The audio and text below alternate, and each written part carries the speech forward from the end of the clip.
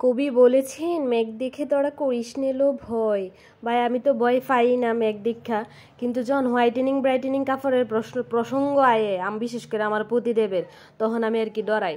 তো আমার জামাইয়ের কতটি সাদা কাপড় জমছে যেটি দলনের দরকার আছিল। তো এই যে মেঘ আসিন, মেঘের লেগে আমি দইতাছিলাম না। অবশ্য আজকে দেখলাম যে একটু রোদ উঠছে, যদিও একটু পরে বৃষ্টি নামে মরতারে আমি জানি, কিন্তু এটা লেগে আমি আজকে একটু রোদ উঠছে দেখা অবশেষে আর কি তার যত হোয়াইটেনিং ব্রাইটেনিং কাপড় আছে সবই আজকে ভিজাই দিছি, একসাথে ভিজাই দেওয়া সবই যখন ধুয়ে দিছি, ধুয়ে দেওয়া লারবাম। তো এটা তো আমার শাশুড়ির ফুতের কাপড় না, তো এর লেগে তো একটু ডরাই।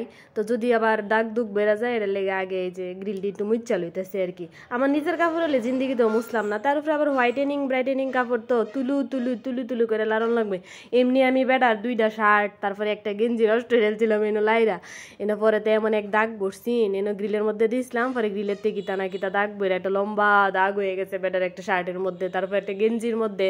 আরেকদিন বেটার সাদা একটা গেঞ্জি আমি আমার জাম কালার একটা ব্লাউজের সাথে একসাথে ভিজাই দিছিলাম, ভিজাই দিয়ে এটা নষ্ট করে ফেলছি। এরপরে তো আমি বেটার যত সাদা কাপড় দই আমি একেবারে খুব খুব মানে একদমই খুব সচেতন থাকি, সচেতন থাকিয়া পরে দইয়া মুচ্চা লাইরা মাইরা একেবারে কুইটালাই সুন্দর কইরা পরিষ্কার করছি, গ্রিলটি পরিষ্কার কইরা ওহন বেটার কাপড়টি দইছি, দইয়া লাইরা দিছি, 2টা গেঞ্জির মধ্যে আবার নীলও মারছি।